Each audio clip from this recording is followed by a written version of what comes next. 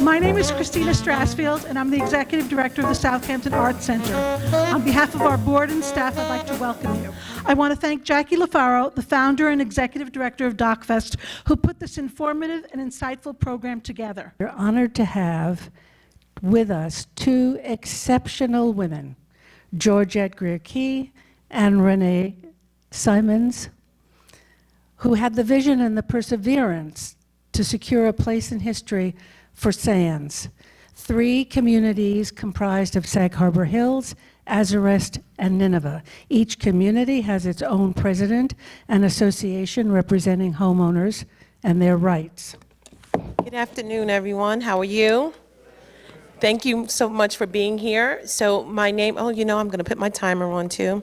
But my name is Georgette Grier-Key, and I'm the Executive Director and Chief Curator of Eastville Community Historical Society in Sag Harbor. So I just want to thank you all for being here, and many of our members and supporters and colleague friends.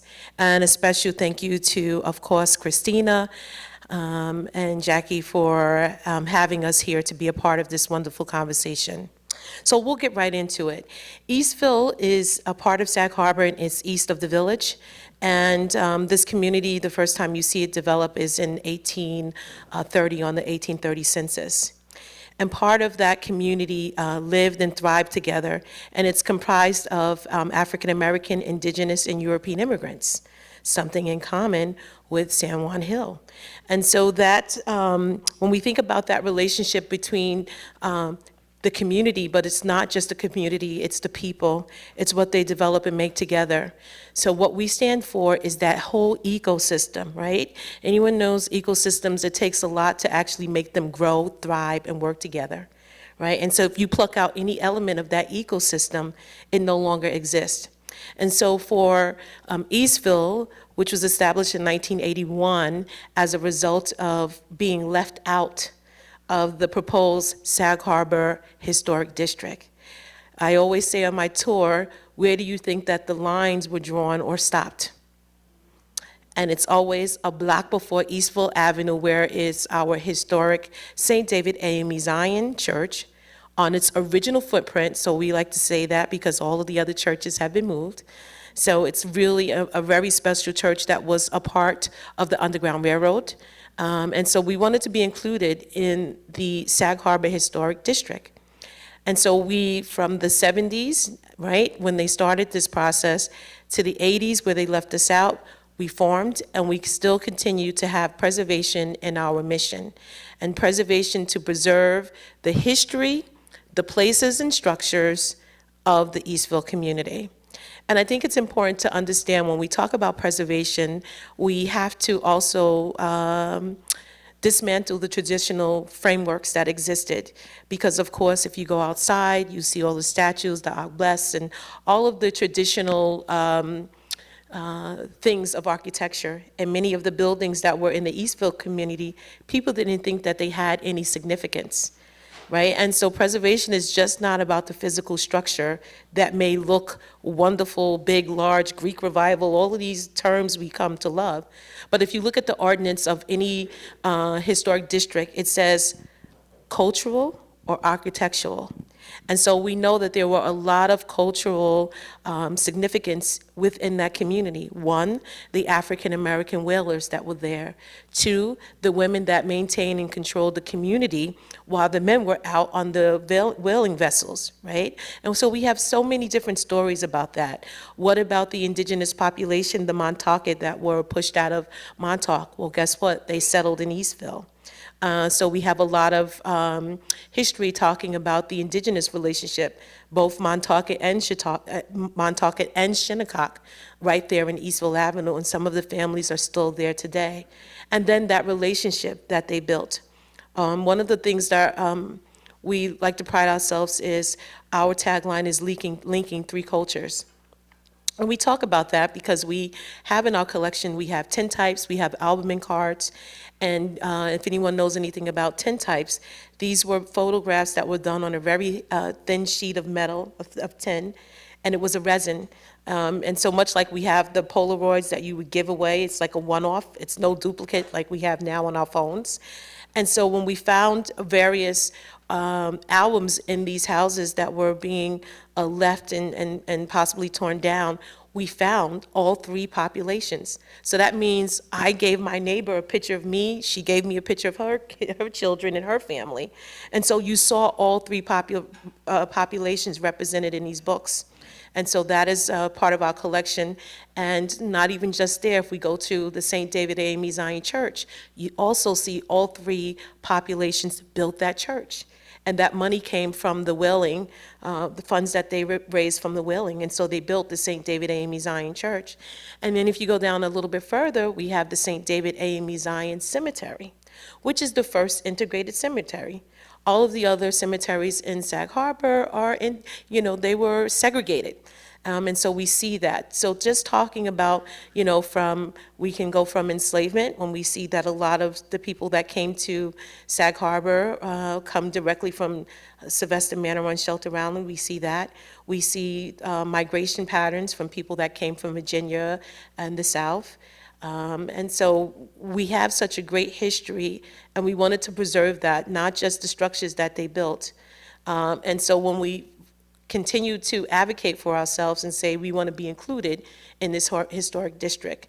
And as you know, historic district is partly protection, but not always, because we know that buildings come down, and we understand how we must grow in modern ways, but we think it's a responsible way to do that. And so in 1994, all of the noise that we made and advocacy for ourselves, we were then now included and encompassed in the whole entire district of Sag Harbor Historic District. At that time, we were only fighting for the church, but it ended up encompassing many structures within that Eastville community. So that was our first success. But even in 1994, when we finally made it to be included, we left a note.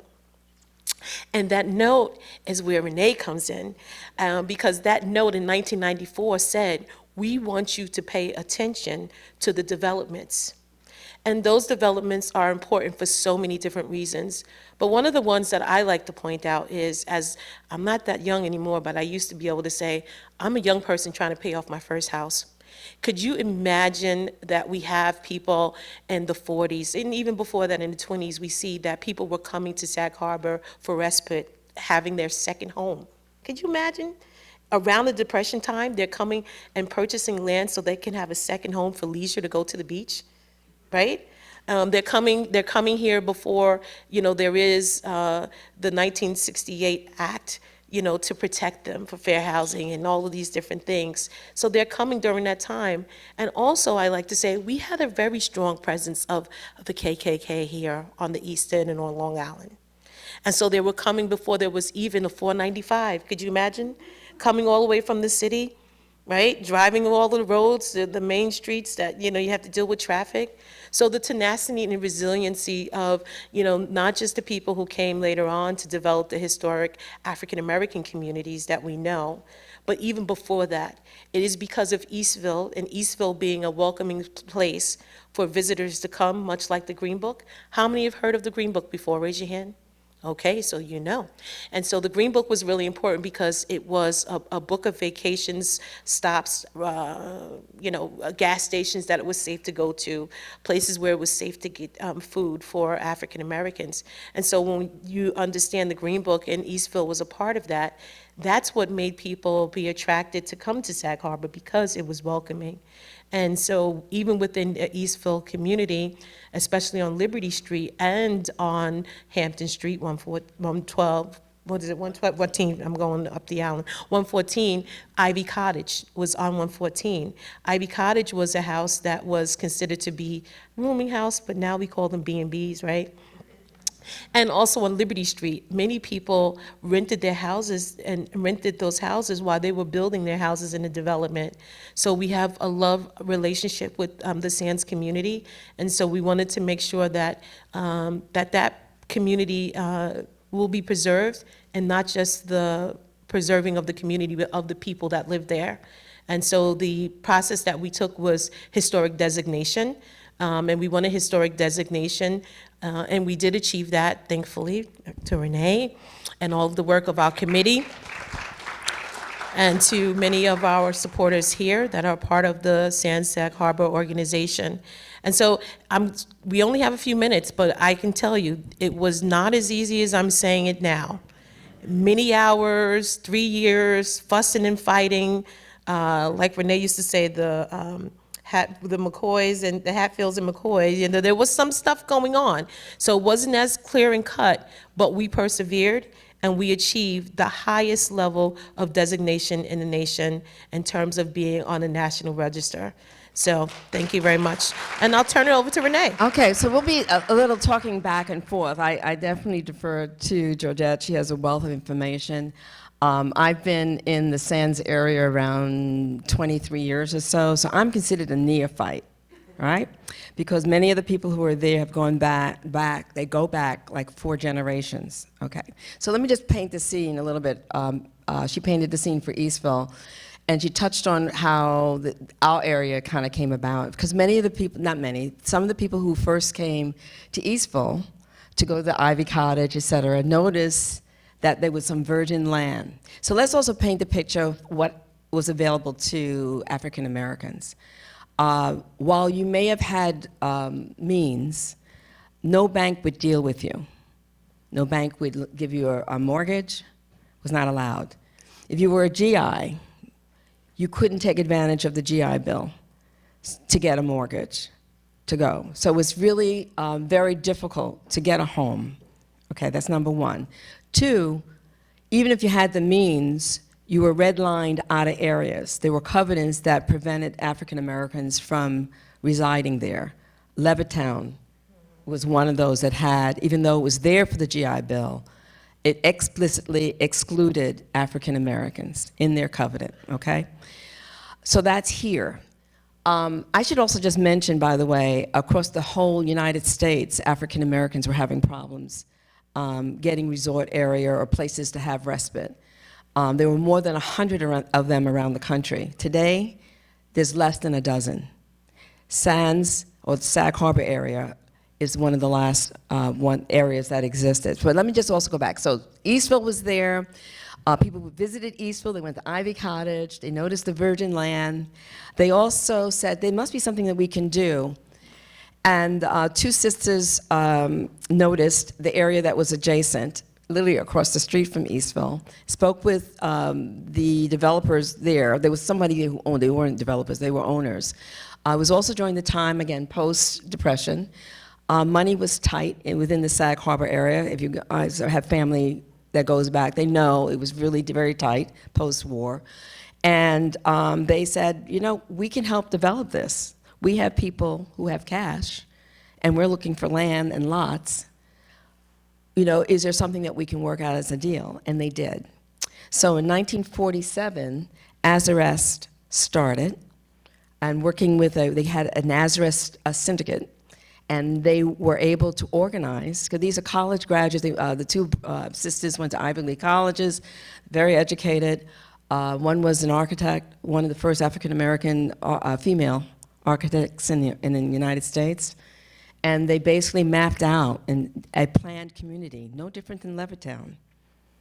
And then next came Sag Harbor Hills, and that was 1947. Sag Harbor Hills was 1950.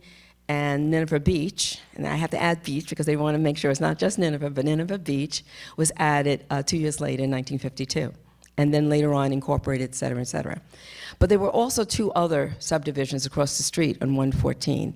There was Chatfield Hills, which was actually the first of the 5 that I'm talking with. We're 3, and then across the street there were 2, Chatfield Hills. And then next to that was Hillcrest Terrace. Now, Hillcrest Terrace was the last to be formed as a subdivision, theoretically, even though it's not a formal legal subdivision, but a group of homes that acted as one. They're not legal subdivisions in the classic planning way, but got together as a group, incorporated based on streets, et cetera, and acted as an association. The last one, Hillcrest Terrace, was the first to go away. The sign that indicated that it was Hillcrest Terrace was removed about 10, 15 years ago, and that the association of residents who worked together folded, no longer there. So we had 5 to begin, One, I mean, the houses are there, but they're not the association, and they don't refer to themselves as Hillcrest Terrace. Okay, so fast forward now to Sands. When Azurest, Sag Harbor Hills, and Nineveh were formed, that was at those years. In 1994, they had the survey expanding the historic district within Sag Harbor. Eastville et al., she told you that, came in. They stopped short. You know how you stop short? They stopped short of the 3 subdivisions, literally across the street, 1, 2, 3. In 1980, but they were very effective in making it known that these areas needed to be considered for historic consideration as well. We were told it wasn't old enough at that time. Right. Now, I told you the years, 1947 to 52. By the way, before we started the historic district effort, we were told, well, I don't think you're old enough yet. I said, well, wait a minute. In they started 40, said, how come we're not old enough? And they went, well, let me think about it. So nothing was really done. So 25 years went by.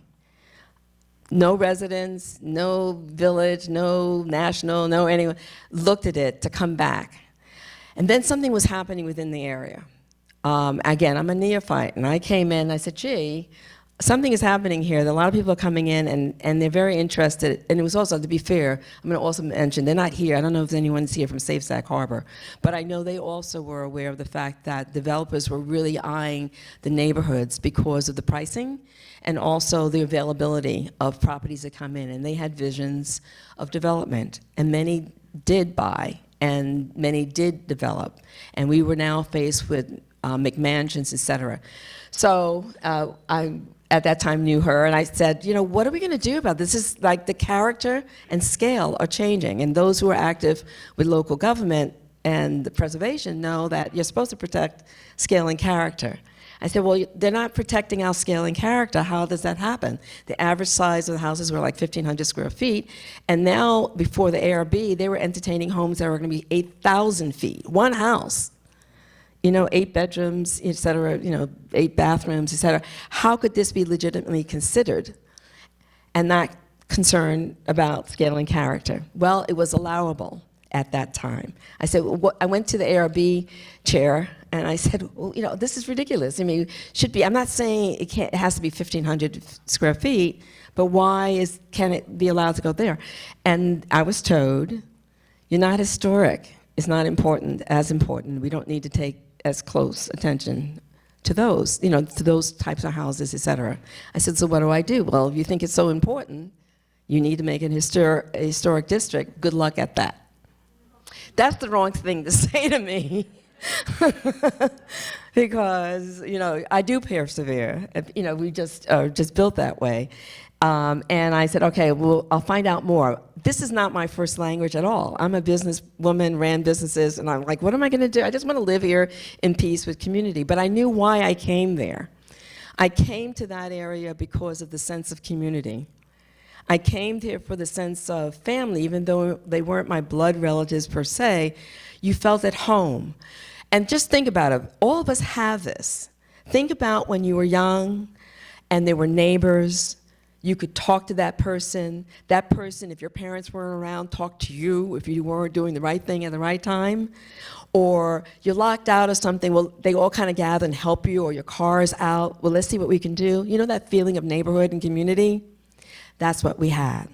And we still do, to some extent. So with that, I got more information, and after the 25 years, it took me a while to pull it all together, but within 3 years of taking photos of houses, and she knows this because I whined constantly. So that's all I have to do, right? No, we got to raise money to document take a survey. You need to find who's where. You got to document the whole history, all the famous people and all who built what and why.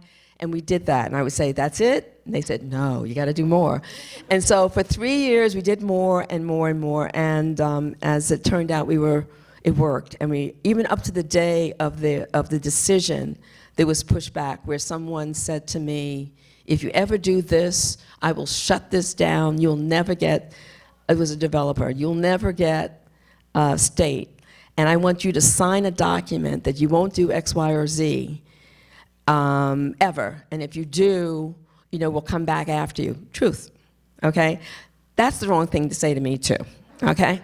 So the net is that we did get it with high marks. We have a New York State award for what we did, not just me, and I want to make sure this is clear. There's somebody here from the steering committee. There was a steering committee that represented all 3 subdivisions, and worked really hard to raise money, worked very hard to document what we had to do. We also interviewed those people who were like in their 80s and 90s. We didn't want to lose that intellectual knowledge of what happened and why.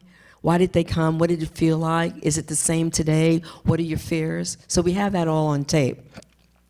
So we were documented in, designated in 2019, both on the state and national level. And that was really very, very, we didn't believe it because we thought that it wasn't possible. And many said it wasn't, but we were able to do it thanks to many. So let's open up, but before we do that, I just want to mention a couple of things. The film is coming on. There are differences and there's similarities. Okay, I want to point them out because I won't be back up. The differences are we came to the area for different reasons. It was not a project. It wasn't that they were poor. These are people who had enough cash to start building new homes, second homes. That was something for you to know. The other difference was it was recreational. It was resort-based. We have a private beach that really goes across all 3 subdivisions. So it wasn't the same as San Juan. And I promised Jackie that, by the way, thank you, Jackie and Christina, for including me in this. I promised Jackie that I would mention. So today, Sands, where I have my house, is my second home.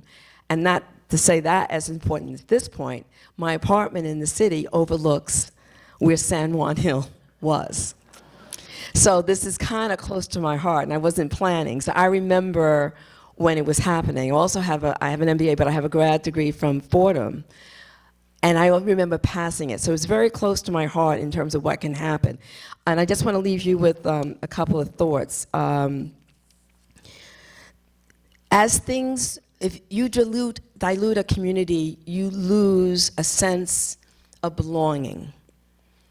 If there's nothing there in terms of, if you come in and you knock a development down, you've changed people's lives. Their sense of community changes significantly. If you come in and you have a development or houses that are whatever size, but they're family oriented, and you knock them down and they become Airbnbs, that changes a neighborhood. And it changes it forever. So you have to think about that when you see the film, because I feel my takeaway is neighborhoods can and have been lost. And I pointed out one in our neighborhood, Hillcrest Terrace, is lost. It's gone. And now you're going to, soon after our little session, you're going to hear about another. So with that, we'll take questions. Thank you so much. If we have any questions, and while we're looking for questions, I just want to again shout out the Sag Harbor organization. The committee members are here, steering committees. You can raise your hand. And also to Eastville's board members, I have Dr. Maria de Longoria, and I saw Professor Colson come in, who's on my board. But are there any questions?